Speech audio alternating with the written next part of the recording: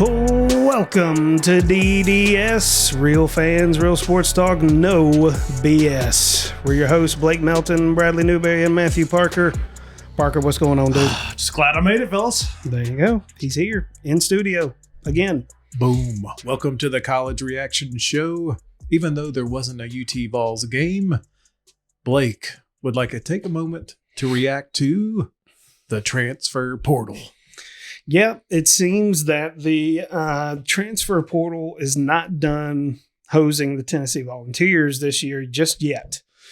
Harrison Bailey decided that he was going to quit on his team with 4 games left in the season, and now he's going to leave the University of Tennessee with 2 scholarship quarterbacks.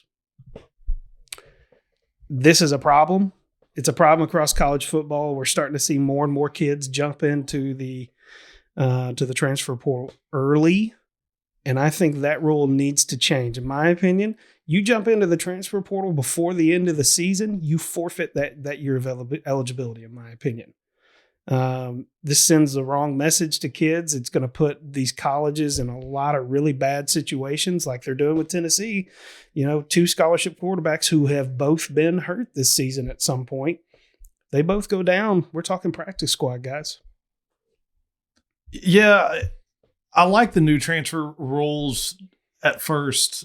They needed to be changed. Mm-hmm. Like, I don't, but you're right. There needs to be under certain circumstances. Like, I always hated a coach could jump ship, but then hey, I went there to play for that guy, man, and he's gone. Yeah. Like, now I'm stuck. Exactly. So maybe the rule is, yeah, you're right. 1-for-1. Yeah. If the coach is out, you can, then I'm fine. Everybody, you go. You can. Yeah. Coach leaves during the year, then all bets are off. Yep. But you should not be able to enter the transfer portal in the middle of the season. I agree. It's free agency college football. Yeah.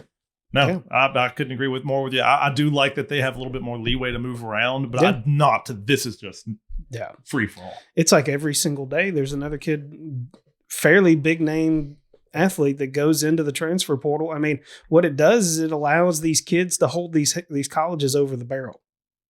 It's like, well, if you're not going to play me, I'm gone. So is this a sense of he just wants to play, or he just didn't want to compete with Milton? So, you know, that's really the big question for me. I mean, first off, I was a huge, and still am, a huge Harrison Bailey fan, but this was a bad move on his part. It's a bad look. I think the worst thing that could happen to a player coming out of high school is to come in with a 5-star grade from these scouting agencies. Number one, do they want to put the work in to prove it? You know, do they want to compete every day for the position? Do they feel like they're entitled to it? I don't know if it was any of that was the case here with Harrison Bailey. I think he's got a lot of upside, quite frankly. But I mean, the fact still remains, you know, there have been 2 coaches now that have refused to put him on the field with any kind of consistency. So take that for whatever it's worth. Regardless, if you stop doing something in the middle of while it's going on, it's quitting. And I think that's a bad look. Yeah. He should have left either at the beginning of this year, when the coach that recruited him was gone, or at the end of this year. Yep. I don't mind him leaving because obviously Hooker is the guy. He doesn't fit in with this offense. I'm not doubting that one bit. But it is weird to leave. Even after a game or 2. Yeah. Like 60% of the season's gone. Yeah. It's weird timing. Again, don't blame him for leaving because he wasn't going to play. He wants to play. No. I don't think it's ill regards to Tennessee. I think he's just like, I want to play. Yeah. Yeah. But it's weird. Yeah. But it's like, well, dude, you're not going to play anywhere this year. Exactly. Why not just wait? Yeah. It's like, so yeah, I don't know. I think it's a tough one. Like I said, these high school grades that they get, the 5-star, 4-star, whatever, I think it's a curse for most kids. I think this is another example of that. I mean, I think Harrison Bailey's got a really bright future as a quarterback, but you got to be willing to compete. If you can't compete without getting your feelings hurt, you know, that's a problem. Well, gentlemen, I have a quarterback that got to play this week. His name is Mr. Anthony Richardson. Yep. He got the start against the Georgia Bulldogs in the matchup of Florida-Georgia. Parker, this game was 3-0 with about 2.5 minutes to go in the first half. What the hell happened? I don't know. I was literally doing some work, and I talked to you a little bit about it after the game, and I was like, oh, there's like 2.5 minutes to go, and I was right in the middle of a project, so I turned. I'm like, oh, I'll just get this done real quick. I was like, I'll get back to it after halftime. And I turned like 15 minutes later and saw the score at halftime. I was like, 24-0 at halftime. I went back and looked. They scored 3 times in 12 total plays. No, it's bad. It was unbelievable. The story of this game was, turnovers. Yeah. That's as simple as that. And You can't have them against the NFL caliber defense. No. I mean, if you're going to have them, they had the same amount. The problem is Florida didn't do anything with theirs. Nope. They're continuing to show that they're trying to be a team that they're not really. They're not that. They're not a passing team. Yeah, I don't know why. They established their identity earlier in the year, and Bradley and I talked about this a little earlier. But you can't put a quarterback in just to try to overcome your defense's shortcomings. You have to play your identity on offense, and particularly when you don't really have an option that really does what they're trying to do as far as overcoming their defense, their defensive issues. So I don't know. Dan Mullen has made some really concerning moves here. On the Georgia side, it's kind of hard to ever judge them. Well, I've got a question about Georgia. I wrote it down here. Bennett gets the start over what seemed like a healthy JT Daniels. And other than the run game, what do you like from this offense? The fact that there's never any pressure on them, which I think is a concern. They've never really been challenged. I don't see it. I just don't think their offense. This was a point out to Maria. Their offense is concerning. We thought they were untouchable, and maybe they are because that defense is just ridiculous. Maybe they're the Ravens of the early 2000s, but or are they the Iowa of the SEC? Oh God, I hate even making that comparison. Georgia's not a Iowa, no way. They can. I don't. You're right though. They haven't been. We don't know if they have an offense. Yeah. They haven't had to. They've never been pushed ever. You would like to see them open it up though, because at some point you would think in the playoffs for an SEC championship they're going to have to score. They're going to have to open it up a little bit, and that shouldn't be the first time they do it. Yeah, it's a bad time to be figuring that stuff out. It's nice that they have JT Daniels and Stetson Bennett, but you'd like for one guy to step up and be the guy, right? And you don't want to be finding out in the playoffs that maybe we'll try JT today. And I don't want to play Monday morning quarterback, exactly. but if you look at the box score and you remove the scores and you just look at it, this is a close game. It's all about turnovers. They score. Yeah, those 3 turnovers that was absolutely. Well, that means that it's kind of skewed because Florida had the ball so much more than Georgia because they were just giving them pick sixes and fumble sixes. It's true. Yeah, but there was some drama, Blake, late in this game. Little did I know until I was doing the research that the Florida Gators have not been shut out in a college football game since 1988. They own the FBS record for 417 straight games without being shut out in a row. And by God, they got the meaningless touchdown to keep a meaningless streak alive. Yeah. Stupid. It feels like something I feel like I'd see Vandy tweet out. Exactly. And one more thing I wanted to touch on.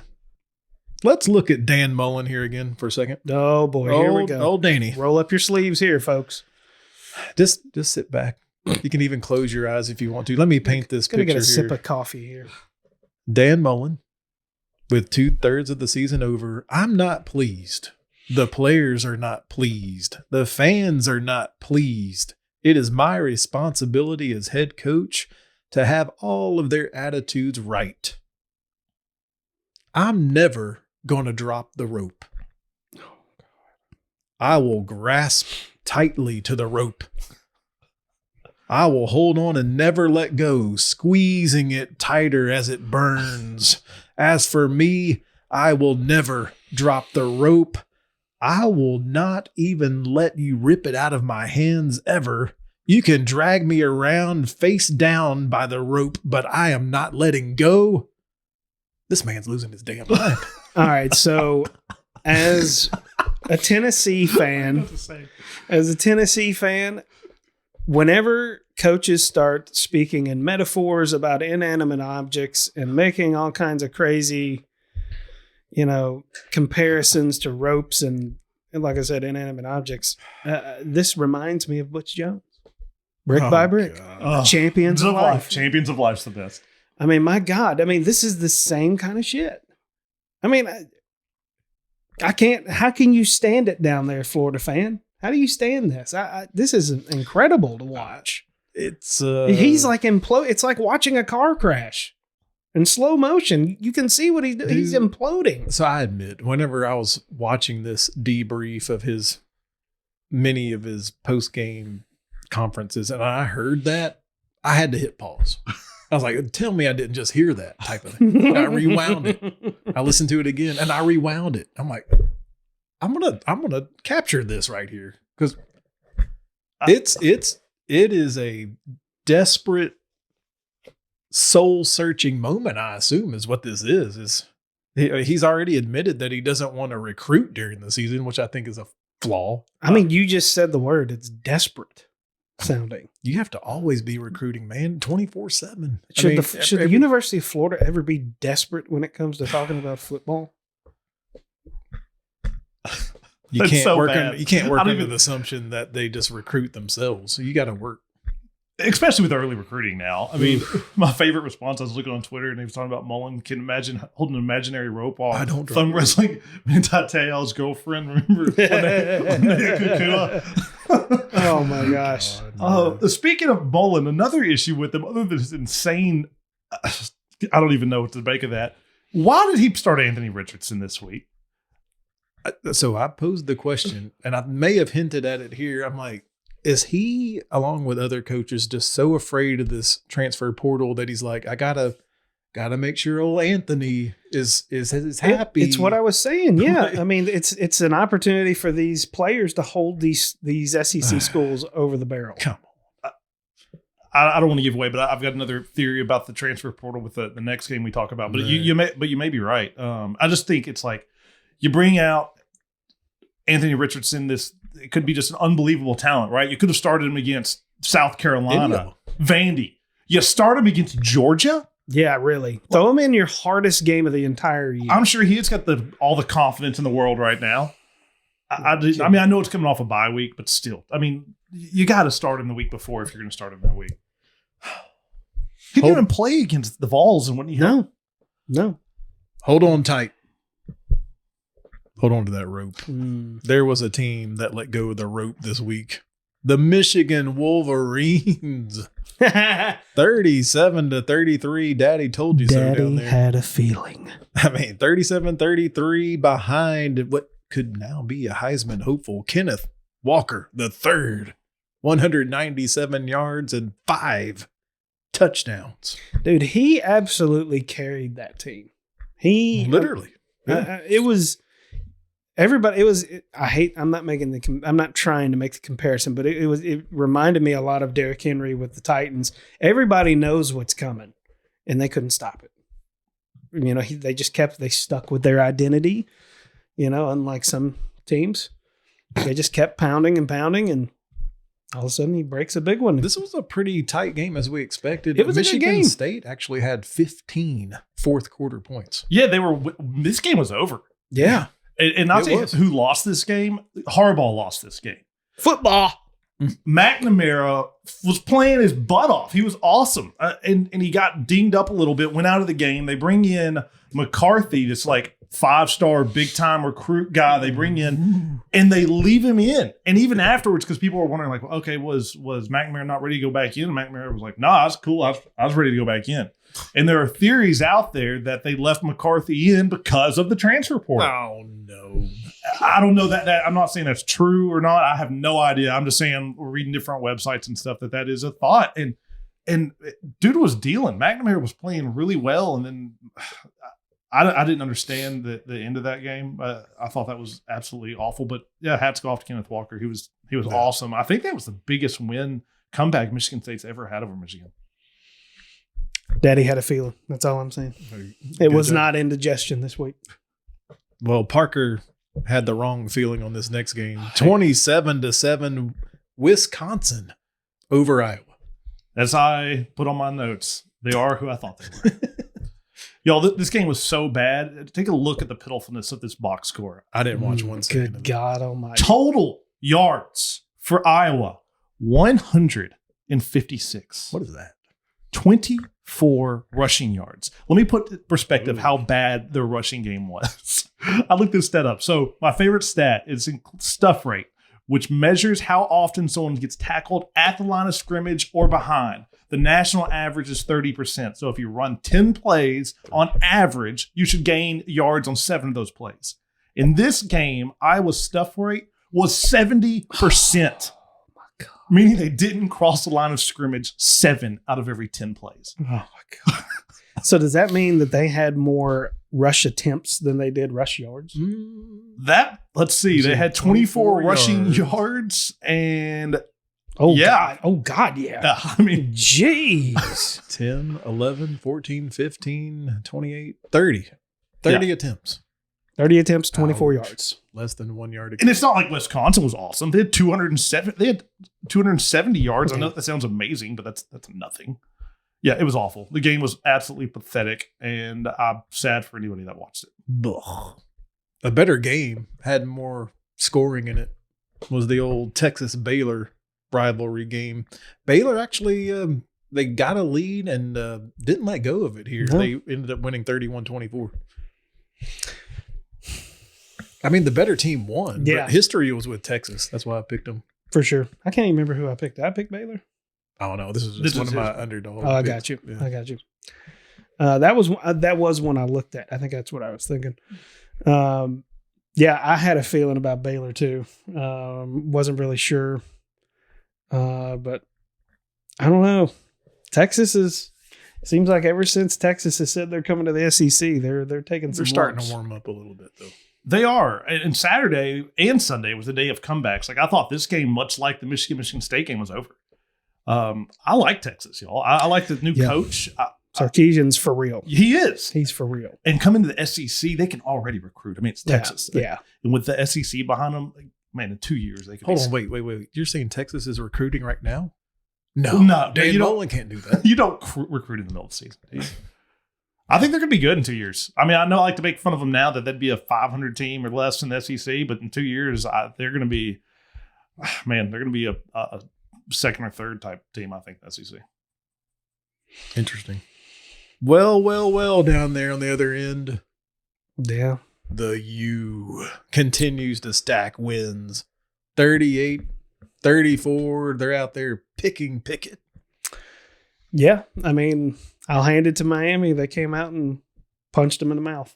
Bottom line, I mean, they outplayed them. I lost money on this, man. Yeah, I thought for sure that Pitt would come out and get it done. This was a part of my parlay, man. I had Pittsburgh money line. Yeah, I mean, they just got out early. They got ahead early, and they just didn't let go. Mm-hmm. It was such a quick, fast start. Miami had 5 plays of 20-plus yards in their first 10 snaps. Mm-hmm. 3 of them were touchdowns. Yeah. Something else I looked up. Pitt couldn't tackle. They missed 13 tackles. Whoops. I mean, and they missed 3 of those tackles on the Miami's final touchdown drive. The stuff you can't do. They also had the season high penalties. I mean, we all know Florida boys have speed. Yeah. But that's a shocker. Yeah, it is. I mean, hey, sometimes you win them, sometimes you lose them. Pitt does that too. Once a year, it feels like they just lose something, and this is just it. And Miami's playing better. That's 2 games in a row they've won against ranked teams. Maybe they're starting to get better as the year goes on. Sometimes you couldn't get worse. No, they couldn't. Sometimes you win them, sometimes you lose them, and Ole Miss lost them. Yes, they did. Auburn 31-20 over Ole Miss. Yeah, just a bad spot for Ole Miss. I think the last opponents Ole Miss plays were LSU, Tennessee, Arkansas, Alabama. They're hurt, they're beat up. It was time. They went through a horrible slate of games.